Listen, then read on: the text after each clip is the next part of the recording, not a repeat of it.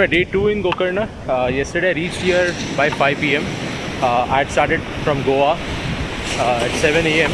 and it took me around 10 hours to reach Gokarna. Bike was loaded. I also had my laptop with me this time, so probably that was another thing to slow me down while riding. But overall ride was good. The views, the road is very scenic, and so finally the joy of reaching here was beyond measure. It was a serene morning when the sun had just begun to cast its rays over the city. Around 7 am, when I entered the city, and my first impression took me by surprise to look at the crowd at this hour.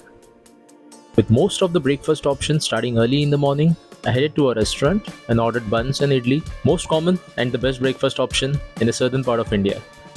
Mahabaleshwar Temple of Gokarna is deeply rooted in ancient mythology and carries rich cultural heritage. But unfortunately, the temple had long queue and I thought of visiting the temple the next day. My next temple was Mahaganpati temple. According to the mythology, after Lord Ravan obtained Atmalinga, a powerful divine symbol of Lord Shiva, Lord Ganpati tricked Ravan by disguising as a young Brahmin boy and stopped Ravan by taking Atmalinga to his kingdom of Lanka.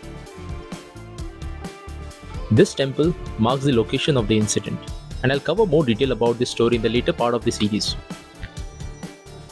In the market, you can embark on the souvenir shopping, from bustling local market to charming boutique stores. The options are abundant.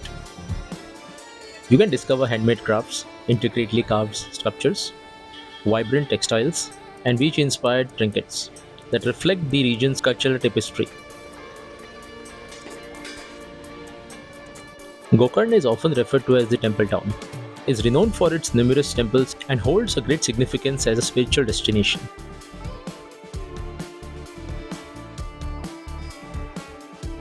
The town is steeped in mythological and religious history, attracting pilgrims and devotees from far and wide.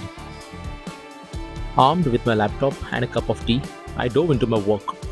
As this trip for me was in a digital nomadic way, I spent the afternoon working, and I was glad to see visitors from the town at times during my work session. I also met Patrick, Diana, and Amit a day earlier.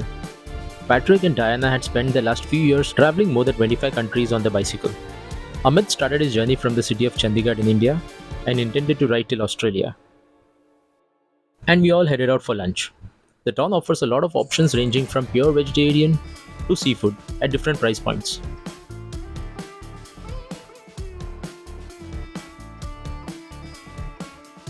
Food was delicious, and it was great time chatting with the three cyclists about their journey. I headed back to the hostel to resume my work while enjoying the lovely sea view in front of me. I also made a new young friend who approached me while I was working at my work desk. Around 5 p.m. I took another break from the work and headed back to my dormitory. This is how it looked like while it was empty. Now it was the time to dive into the sea to immerse myself in the refreshing embrace of Gokarna beach. With a sense of excitement and anticipation, I dove into the sea, enjoying the cool water all by myself for the next few hours. For dinner, we headed to a nearby seaside restaurant. Nestled along the coastline, the Sunset Cafe offers an enchanting setting for memorable dinner, and the staff was friendly and the food was delicious. As the day 2 of my Gokarna trip ends, it was time to take a moment to bask in the contentment that comes from the beauty and culture of Gokarna.